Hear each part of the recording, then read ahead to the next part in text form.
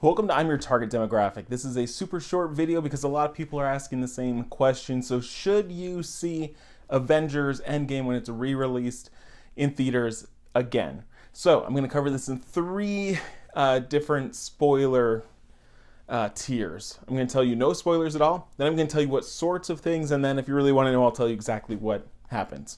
So in a nutshell, if you've already seen Endgame, should you go see it again in theaters? I'm going to say no, unless you really want to support their trying to beat Avatar record. But the content that's there, I don't think is worth you sitting through another 3 hours just to see. I did think of another reason you might want to see it. My theater had these posters. So it's We Love You 3000 with the gauntlet. Kind of cool. So if you want that, your theater might have these. I mean, they're going to find a place to put it up here or somewhere else in my workspace. That's a reason to go, maybe. So now I'm going to tell you what sorts of things happen. There's only less than 7 minutes, and it's all in the post-credit. There's no kind of mixed in content. It's all at the very end.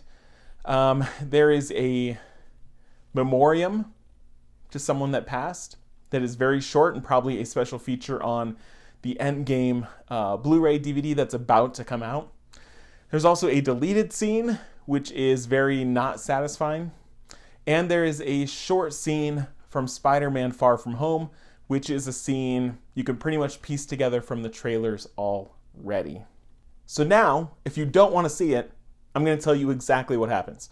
So first we get a in memoriam to Stan Lee. And it's great, but it's very short.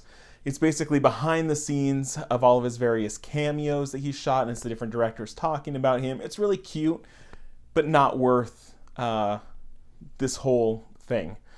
Then we see a deleted scene that is the Hulk, like the smart Hulk, rescuing some people from a fire. The only cool part about this is that there's a cameo from Reginald Val Johnson. So there's a little cameo by him. It's kind of funny, but you understand why they cut it. And the visual effects are, they didn't put in any yet. And so it's like a kind of standstill frames and doesn't look great, but you get an idea why they didn't include it. So not really worth seeing. And then the last thing, the clip from Spider-Man Far From Home, is an introduction kind of to Mysterio. And so it's Nick Fury and Maria Hill. They show up to this kind of destroyed city. Mysterio shows up and he says, "You shouldn't be here." And then this kind of rock monster that we've seen in the trailers, kind of this clay rock looking thing, kind of shows up, and then he goes to fight it. Black. So, Spider-Man Far From Home comes out in like 3 days. So you might as well wait for that. The other ones will be on the DVD soon.